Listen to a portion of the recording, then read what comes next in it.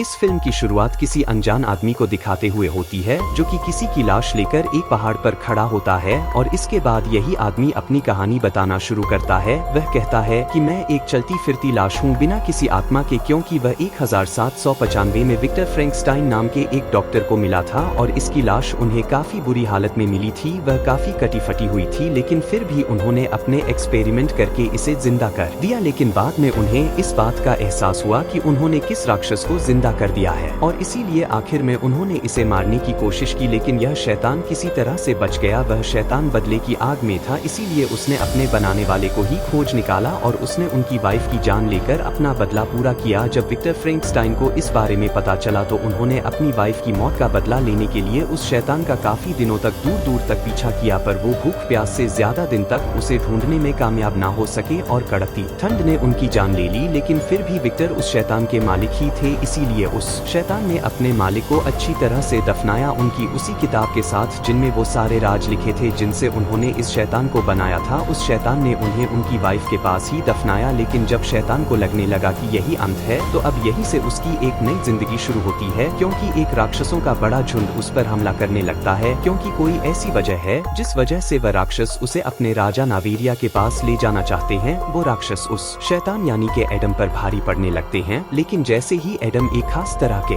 Trident से उस शैतान को मार गिराता है तो उस राक्षस के जमीन में समाते ही एक अजीब से पत्थर के जानवर में जान आ जाती है और उसी की तरह कई और जानवर जिंदा हो जाते हैं। वो उन राक्षसों को जाकर मार देते हैं जो कि एडम पर अटैक कर रहे होते हैं और इसके बाद वो अपने इंसानी रूप में आकर फ्रैंकस्टाइन को उठाकर अपनी रानी लियोनोर और गिडिया के पास लेकर आते हैं। यहाँ पर हमें आगे बताया जाता है कि यह जो राक्षस हैं यह गारगोइल हैं, जिन्हें पृथ्वी पर बाकी बुरे राक्षसों से लड़ने और मानवता की रक्षा करने के लिए आर्च एंजल माइकल ने बनाया था। सुपर नेचुरल पावर वाली रानी लियोनोर एडम के मन को पढ़ने के बाद वह समझ जाती है कि शैतान को कैसे जन्म दिया गया, इसीलिए वो इसे एडम का नाम देती है और अब वो एडम को इनकी बुरे राक्षसों के खिलाफ हो रही जंग के बारे में बताती है कि स्वर्ग में माइकल बनाम सैटर्न के युद्ध हारने के बाद सैटर्न ने अपना बदला लेने के लिए हजारों की तादाद में राक्षसों को पृथ्वी पर भेज दिया, क्योंकि वो सभी मिलकर एक ऐसी जंग को अंजाम देने वाले हैं जिससे कि गोड की क्रिएशन यानी कि इंसानों का नामो निशान तक धरती से मिट जाएगा और हमारा काम इन राक्षसों को ऐसा करने से रोकना है। लेकिन इंसानों को अभी इस बारे में नहीं पता, वो इस बात से बिल्कुल बेखबर हैं। लेकिन एडम की शक्तियां देखने के बाद रानी लेनोर उसे अपने साथ मिलकर काम करने के लिए कहती है, लेकिन एडम रानी से साफ इनकार कर देता है कि क्योंकि वो अपनी जिंदगी अकेले बिताना चाहता था। लेकिन वो एडम के जाने से पहले उसे एक खास तरह का हथियार देते हैं जिससे वो उन राक्षसों से खुद की हिफाजत कर सके, क्योंकि अभी तक किसी को कोई खबर नहीं थी कि आखिर राक्षस एडम के पीछे क्यों थे और यह एक ऐसा हथियार है जिनसे वो उन राक्षसों को आसानी से नर्क भेज सकता है। और अब इसीलिए एडम सबसे दूर रहने के लिए दुनिया के किसी कोने में जाकर अपनी जिंदगी बिताने लगता है, लेकिन वह राक्षस कहीं पर भी उसका पीछा नहीं छोड़ते और अब देखते ही देखते ऐसे ही 200 साल बीत जाते हैं। उसके आसपास की दुनिया अब पूरी तरह से बदल चुकी थी, लेकिन एडम अभी भी बिल्कुल वैसा ही था, लेकिन अब वो उन राक्षसों से तंग आ चुका था और अब इससे पहले कि वो राक्षस उसका शिकार करे एडम उन राक्षसों को ढूंढकर उनका शिकार करने लगता है। लेकिन जब एक दिन एडम ऐसे ही उन राक्षसों को मार रहा होता है तो एक मासूम इंसान की जान चली जाती है, जिसका पता जब गोरगोयल्स को चलता है तो वो तुरंत एडम को अपने कब्जे में ले लेते हैं, क्योंकि एडम की वजह से ही इंसानों को डीम और गोरगोयल्स का वजूद पता चल गया था और इसीलिए सजा के तौर पर वो लोग हमेशा के लिए एडम को अपने पास कैद कर लेते हैं। लेकिन एडम की उस फाइट के दौरान एक राक्षस उससे बच निकला था, जो कि तुरंत अपने राजा नीवेस के पास जाकर उसे एडम के जिंदा होने की खबर दे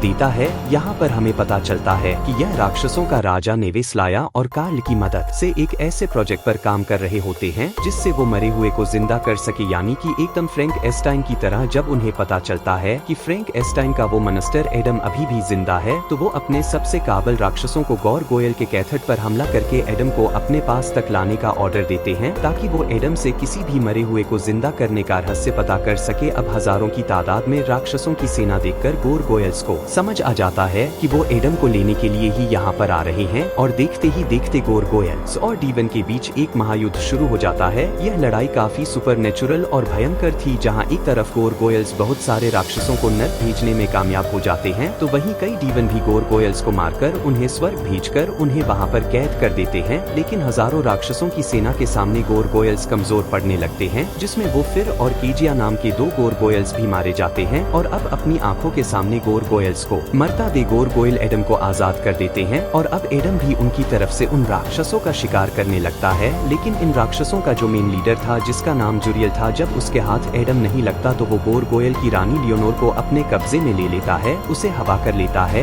एडम को पता चलने पर वह लियोनोर को बचाने के लिए उनके पीछे भागता है, पर वहीं पर सेकंड इन कमांड गिडिया को एडम न मिलने पर वह अपनी रानी को बचाने के लिए उसी फ्रैंकस्टाइन जर्नल जिसमें मरे हुए को जिंदा करने की तरकीब लिखी हुई है वो उस किताब के बदले दुश्मन से सौदा करने का तय करता है, जो कि उन्हें एडम के पास से मिली थी जिस रात उन्होंने एडम को बचाया था, जिसे उन्होंने अपने पास रख लिया था। अब गिडिया उस किताब की मदद से अपनी रानी को उस राक्षसों से छुड़ा में कामयाब हो जाता है, लेकिन एडम अपने क्रिएटर की उस किताब को उन राक्षसों के जर्नल के हाथ लगने नहीं दे सकता था। और अब इससे पहले कि राक्षस जनरल जुरियल उस किताब को लेकर यहाँ से भाग निकलता, एडम और राक्षसों के बीच यहाँ पर एक और युद्ध शुरू हो जाता है। लेकिन फिर भी आखिर में जुरियल भाग निकलता है, जिसका पीछा करने के बाद जब एडम नेवेअस की सीक्रेट लैब के अंदर जाता है तो यहाँ आने के बाद एडम इनका प्लान समझ जाता है कि मिलियन ऑफ डीम स्पिरिट जो कि नर्क में कैद हैं, उन सभी को वापस जिंदा करने के लिए ये वसल्स तैयार किए जा रहे हैं, क्योंकि राक्षस की आत्मा ऐसे ही शरीर में दाखिल हो सकती है जिसकी कोई आत्मा ना हो। और एक बार इन वसल्स में राक्षसों की सोल दाखिल हो जाने पर वो एडम के क्रिएटर फ्रैंक एस्टाइन की उस बुक की मदद से वो एडम जैसी सेना तैयार कर लेंगे। जुरियल ने वो बुक अपने कमांडर को दे दी होती है, जो कि वो कमांडर उस बुक को उन साइंटिस्ट को दे देते हैं ताकि उस बुक को समझकर इनके मकसद में इन्हें कामयाबी दिला सके, क्योंकि यह वैज्ञानिक बिल्कुल बेखबर हैं कि ये जिसके लिए काम कर रहे हैं वह इंसान की शक्ल में छुपा हुआ एक राक्षस है। लेकिन इससे पहले कि साइंटिस्ट उस बुक को ट्रांसलेट करके अपने काम में लगते, एडम इस लैब में घुस आता है। वो उस किताब को इन साइंटिस्ट से छीनकर यहाँ से भाग जाता है,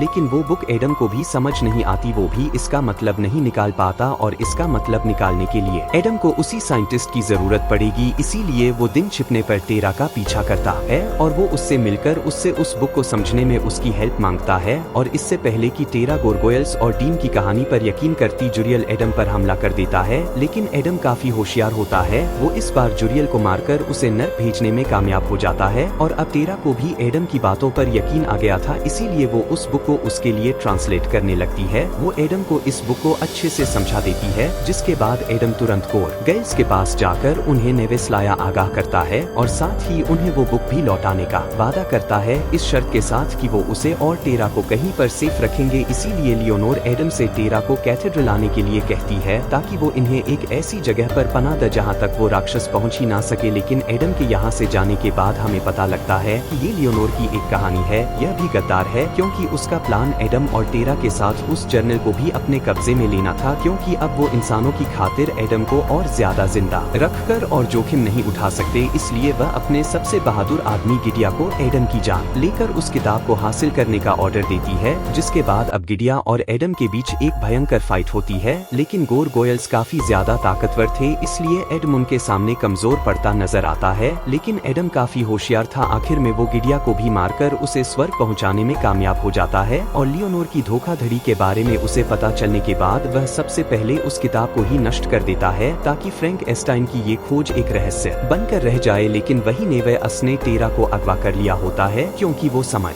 गया था कि टेरा एडम के लिए काम कर रही है, और साथ ही यह भी कि उसने उस किताब का अनुवाद कर लिया है। इसलिए वो टेरा के सामने उसके पार्टनर का गला दबाने लगता है। उसे मारने के लिए वो टेरा से कहता है कि मुझे सब कुछ बताओ, मेरे लिए यह एक्सपेरिमेंट बहुत जरूरी है, वरना मैं इसकी जान ले लूंगा। और अब मजबूरी में टेरा को उसकी बात माननी पड़ती है। और अब देखते ही देखते नेवस का 200 साल पुराना सपना पूरा करने में टेरा कामयाब हो जाती है। और अब धीरे धीरे उन सभी सेल्स में जान आने लगती है। वहीं राक्षसों का खात्मा करने के लिए सबसे पहले एडम अपने पीछे उन गोरगोयल्स को लगाकर नेवेअस के लैब के पास आता है, जिससे लियोनोर को समझ आ जाता है कि यहीं पर नेवेस्लाया माँ उन्हें यहाँ पर अपने पीछे लगाकर लाया है। नेवेस्लाया ने उन्हें चारों तरफ से घेर लिया है। और अब सबसे पहले वो खतरनाक राक्षस की जान लेने के बाद अब अच्छाई और बुराई के बीच एक खतरनाक युद्ध शुरू हो जाता है। अब एक तरफ एडम टेरा को नेवे से बचाने के लिए आगे बढ़ता है, तो वहीं दूसरी तरफ लियोनोर नेवेस्लाया बढ़ती है। वो यहाँ पर नेवेअस की डेढ़ सेना को देखकर एकदम हैरान हो जाती है, क्योंकि लाखों की तादाद में वो मरी हुई सेना नर्क के रास्ते से हजारों मरे हुए डीमसंस की सोल उन्हें पजेस करने लगती है। गोरगोयल्स को भी समझ आ जाता है कि यह पजेशन पूरा होने से पहले इन्हें रोकना होगा, इसलिए सभी गोरगोयल्स मिलकर एक एक करके उन सभी को नष्ट करने लगते हैं, जिनमें से कि कई सारों में तो जान भी आ चुकी होती है, लेकिन समय से पहले ये उन्हें खत्म करते चले जाते हैं। वहीं दूसरी तरफ एडम और नवेरियास में एक खतरनाक लड़ाई लड़ाई शुरू हो जाती है।